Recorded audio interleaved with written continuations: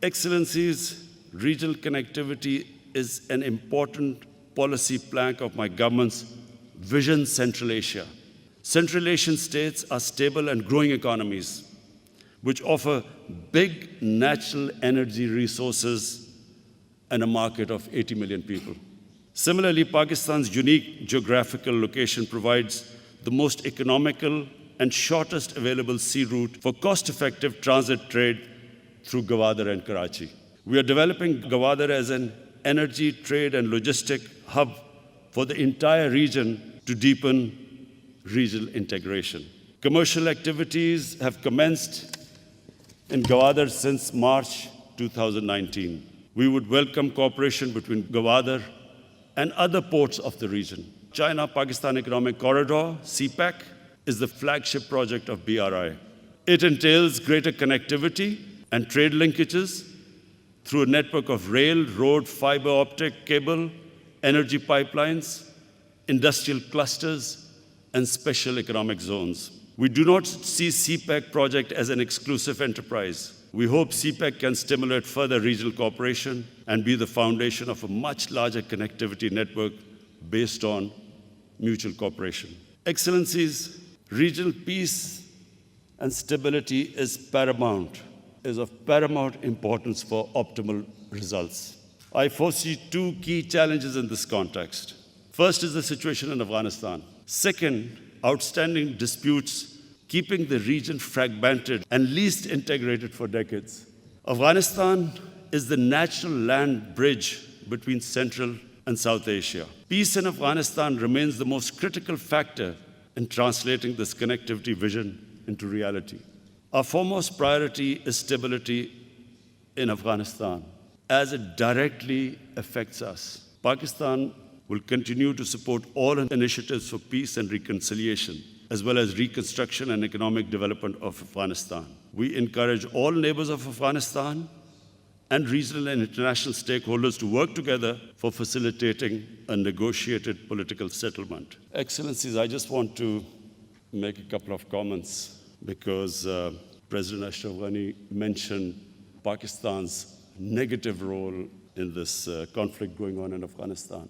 President Ghani, let me just say that the country that is going to be most affected by turmoil in Afghanistan is Pakistan. Pakistan suffered 70,000 people dead, 70,000 casualties in the last 15 years.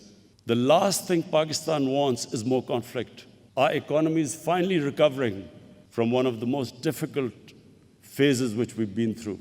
And I repeat, the last thing we want is turbulence in Afghanistan. I can assure you that no country has tried harder to get Taliban on the dialogue table than Pakistan. We have made every effort, short of taking military action against Taliban in Pakistan, we have made every effort to get them on the dialogue table and to have a peaceful settlement there. To blame Pakistan for what is going on in Afghanistan, I feel is extremely unfair. I came to Kabul. Why would I come to Kabul if I was not interested in peace? The whole idea was that you should have looked upon Pakistan as a partner in peace.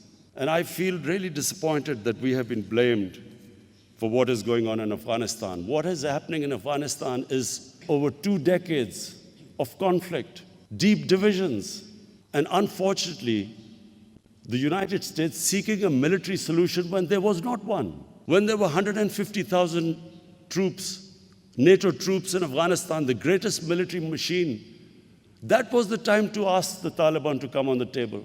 Why were the Taliban going to compromise when the exit date was given? And there were only a few thousand American troops left. Why would they listen to us when they are sensing victory?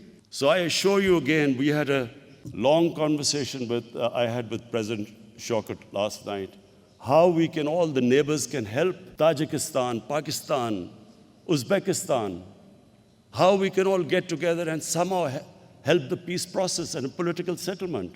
Because it is in all of our interest. All the neighbors are interested that there should be a peace settlement. There are already 3 million Afghan refugees in Pakistan. We are petrified that there will be another flow of refugees coming in, we do not have the capacity or the economic strength to bear another inflow of refugees. So I can assure you again, if any country is trying its best out of all the other countries in the world, it's Pakistan today. The second major challenge to the connectivity initiative are the regional unsettled disputes, and this is between Pakistan and India. The whole area opens up. If Pakistan and India, our main issue is Kashmir, if we can resolve that issue, just imagine the impact, the huge market of India on one side, China on the other side, connectivity between Central Asia, Pakistan, the whole area changes.